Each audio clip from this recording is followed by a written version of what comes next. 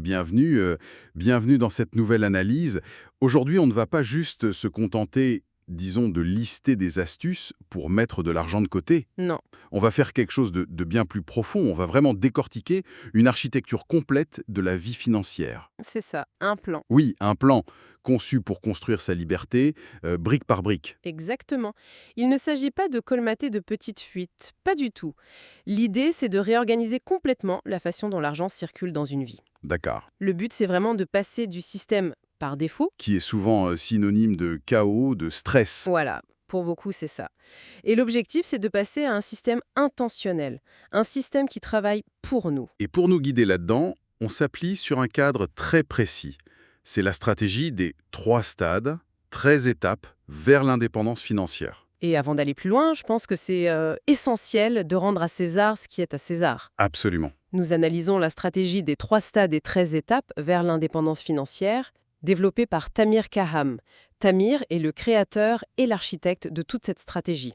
Il est également le créateur de la chaîne YouTube The Golden Path to Financial Independence et le traducteur officiel en hébreu de L'homme le plus riche de Babylone. C'est ce mélange spécifique d'ingénierie des systèmes modernes et de sagesse financière ancestrale qui rend cette approche si puissante. C'est fascinant parce qu'on se retrouve avec un cadre qui est très structuré, presque mathématique, mais qui s'attaque à des problèmes profondément humains. Tout à fait. Alors pour que tout le monde se situe bien, rappelons juste où on en est. On est au stade 2, la construction de la fondation, et on aborde l'étape 6. C'est une étape vraiment charnière. Juste avant, à l'étape 5, l'objectif c'était de stabiliser les flux de trésorerie. D'accord. Si on reprend un peu l'analogie de la fusée, qui est chère à cette stratégie, Oui, j'aime beaucoup cette image. eh bien l'étape 5, c'était l'inspection sur le pas de tir. On s'assurait que le réservoir de carburant ne fuyait pas. Qu'il n'y avait pas de fuite en gros. Exactement. Que tous les boulons étaient bien serrés, on arrêtait les découverts, on mettait fin à l'hémorragie, quoi. Logique, on n'allume pas les moteurs d'une fusée qui fuit. Donc si l'étape 5 a scellé le réservoir, l'étape 6, c'est le moment où on commence à pomper le carburant. C'est C'est ça. exactement ça. C'est là qu'on construit l'élan initial, l'habitude d'épargner. Mais cette étape, elle commence par une idée assez brutale, presque une provocation. Je vais la lire. On écoute. Le dollar le plus difficile à épargner est le premier, mais c'est aussi le plus important.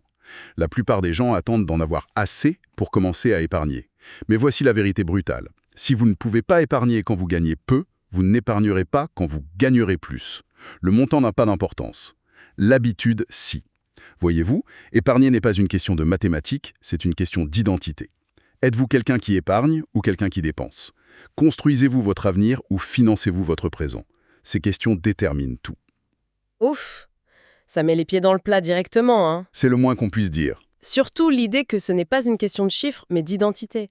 Ça va vraiment à l'encontre du mythe le plus tenace en matière d'argent, hein. J'imagine que vous parlez du fameux « Ah, si seulement j'avais une augmentation, si seulement je gagnais un peu plus, tous mes problèmes disparaîtraient. C'est exactement ça. On est tous plus ou moins convaincus d'avoir un problème de revenus. » Oui, L'épargne, c'est vu comme un luxe, un truc qu'on fera plus tard quand on sera riche. Sauf que cette stratégie soutient que c'est une illusion complète. Et pour le prouver, elle propose une sorte de test, une énigme du monde réel. le fameux test du miroir. Voilà. Pensez-y une seconde. Comment c'est possible qu'un médecin, qui gagne, disons, 300 000 € par an, puisse être complètement stressé, Vivre d'une paix à l'autre. vivre d'une paix à l'autre et être techniquement fauché?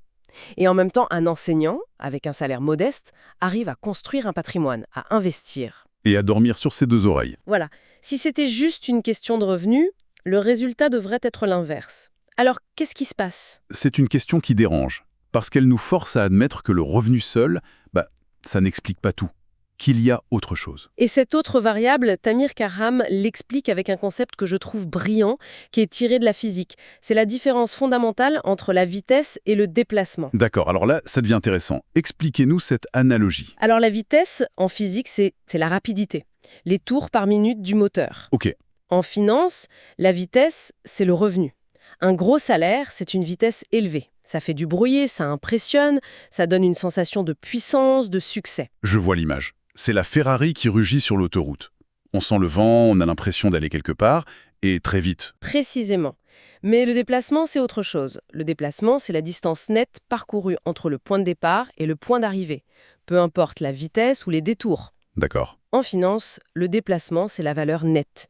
Ce sont les actifs, l'épargne, c'est la distance réelle parcourue vers la liberté financière. Donc, si je suis bien, notre médecin qui gagne 300 000 et qui dépense 300 000, c'est la Ferrari qui tourne à 300 km/h en cercle sur un parking. C'est une image parfaite. Une vitesse hallucinante, mais un déplacement absolument nul. Zéro. À la fin de l'année, il est toujours au même point de départ. Et ça, c'est la clé de tout. La société, elle applaudit la vitesse. Le gros salaire, la grosse voiture, tous les signes extérieurs de revenus. Bien sûr. Mais la richesse n'est pas ce qu'on gagne, c'est ce qu'on conserve. C'est le déplacement. On peut être un simple conduit à haute vitesse pour l'argent, mais si on n'est pas un réservoir, on ne construit rien. D'accord, mais pourquoi on conduit en cercle? Pourquoi c'est si difficile de créer du déplacement? C'est juste une question de discipline? De pas craquer pour de belles choses? C'est plus profond que ça. En fait, on ne lutte pas contre une faiblesse morale, on lutte contre un principe presque biologique. La loi de Parkinson, mais appliquée à la finance. On la connaît en productivité. Le travail s'étale pour remplir le temps qu'on lui donne. C'est pareil pour l'argent. Les dépenses augmentent pour correspondre aux revenus disponibles. C'est quasi un réflexe. Ah oui? Vous avez une augmentation de 500 € par mois. Le premier mois, on se sent riche. On se dit « Super, je vais enfin pouvoir épargner ». Et le troisième mois, l'argent a mystérieusement disparu. Exactement. Le loyer a un peu augmenté, l'abonnement de la voiture est un peu plus cher, on se permet plus de restaurants. Ce n'est pas une dérive, c'est une réinitialisation. Le cerveau ne voit pas un surplus, il voit une disponibilité de mise à niveau. Il s'adapte à un nouveau standard. Voilà. Et ce nouveau standard devient la nouvelle norme. Du coup, attendre d'épargner ce qui reste à la fin du mois, c'est programmer son échec. Parce qu'il ne reste jamais rien. La loi de Parkinson s'en charge. Bon, alors, comment on brise ce cycle? En inversant l'équation, la formule par défaut, celle du chaos, c'est revenu, dépenses égale épargne. Et l'épargne est souvent proche de zéro. Quasiment toujours.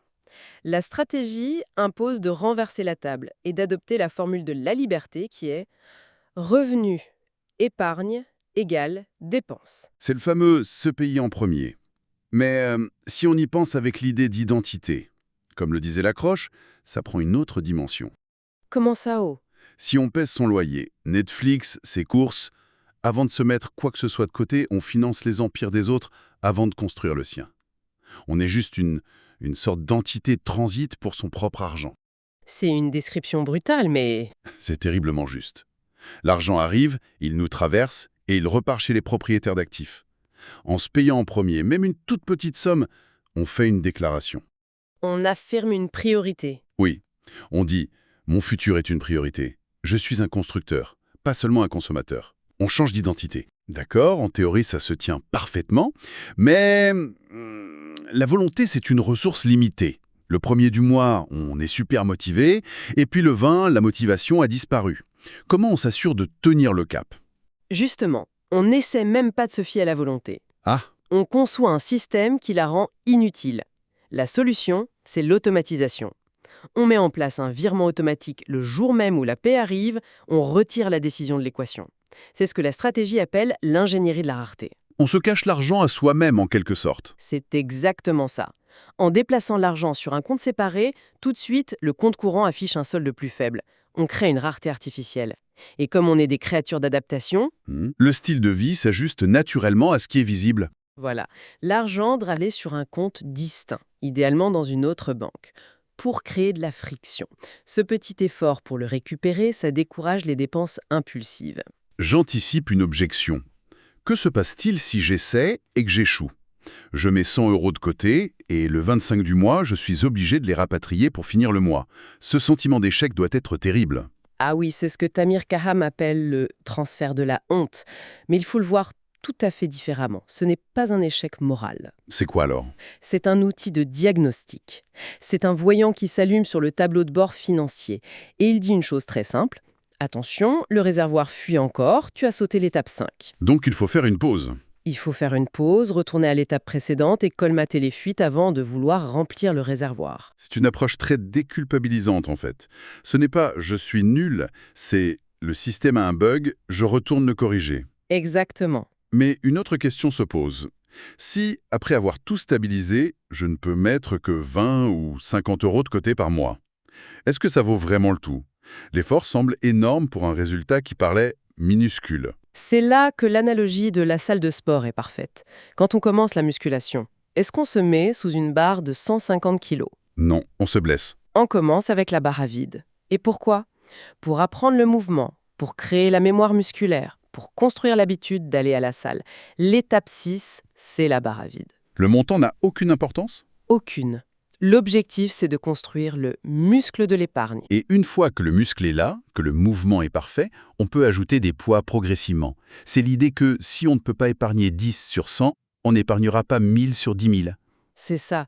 L'argent ne fait qu'amplifier les habitudes. Il ne les crée pas. On voit des gagnants au loto faire faillite en quelques années, vitesse maximale, mais leur muscle de l'épargne, leur capacité de déplacement est inexistante. D'accord, je suis convaincu sur l'habitude. Mais il y a un point qui doit rendre fou les esprits des plus logiques. Ah, je pense savoir lequel. On nous dit d'épargner même une petite somme. Mais beaucoup de gens ont des dettes, des crédits à la consommation, des cartes de crédit avec des taux à 15-20%. Mettre de l'argent sur un compte épargne qui rapporte 1%, tout en payant 20% d'intérêt. Mathématiquement, c'est une aberration. On perd de l'argent chaque jour. Comment justifier ça? C'est la question la plus importante de cette étape.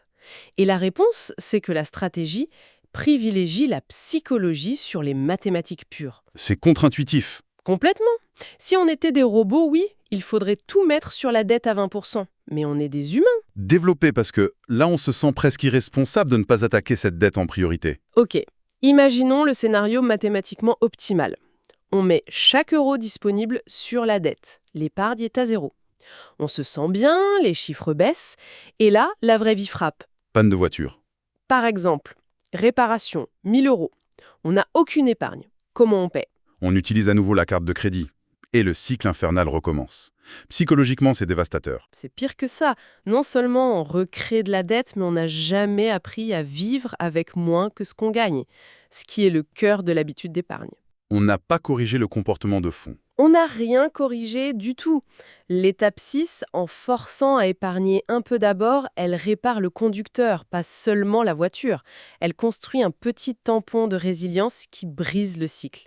Et ensuite, quand on arrive à l'étape 8, pour attaquer la dette, on le fait depuis une position de force, avec une nouvelle habitude et un petit filet de sécurité. D'accord. La séquence est non négociable pour une raison comportementale. On construit la fondation psychologique avant les gros travaux mathématiques. Ça a beaucoup de sens. Il s'agit de créer un système durable, pas juste de résoudre une équation à un instant T. C'est toute la philosophie. Très clair. Bon, avant de conclure, il y a le rappel important à faire. Oui, absolument. Cette discussion est strictement éducative. Elle n'est pas un conseil financier, juridique ou fiscal personnalisé. Il n'y a aucune garantie de résultat. La situation de chaque personne est unique. C'est important. Il est de votre responsabilité de consulter des professionnels qualifiés, comptables, conseillers financiers, avocats, avant de prendre des décisions importantes. Votre réussite dépend entièrement de votre exécution et de votre situation. Parfait.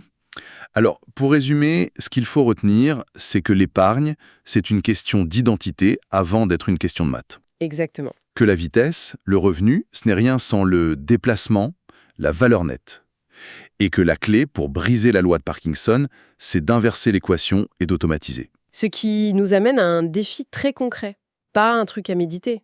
Quelque chose à faire là, maintenant. Allez-y. Ouvrez votre application bancaire et programmez ce virement automatique. Peu importe le montant, 10 euros, 50 euros, 1% de la paie. L'important est de poser la première brique, de commencer à construire le muscle. Et une fois que cette habitude est en place, que le muscle commence à se dessiner, on pourra donner une mission à cet argent. Oui, Et dans notre prochaine analyse, on abordera l'étape 7, la constitution du fonds d'urgence. C'est là que ce capital commence à devenir une véritable forteresse financière, ce qui permet de dormir tranquille la nuit. et pour celles et ceux qui veulent vraiment visualiser ces concepts, notamment les schémas sur la vitesse par rapport au déplacement, Oui, c'est très parlant. les ressources originales sont extrêmement claires. On les trouve sur la chaîne YouTube The Golden Path to Financial Independence. L'identifiant est simple, youtube.com/TamirGolpath, c'est-à-dire @TamirGolpath. Les visuels rendent vraiment la physique de l'argent limpide. La mission est donc claire. Programmer ce virement. Votre futur vous remercie déjà pour l'action que vous êtes sur le point de faire. Second 2025, Tamir Kaham. Tout droit réservé. The Golden Path et The Golden Path to FI sont des marques déposées de Tamir Kaham.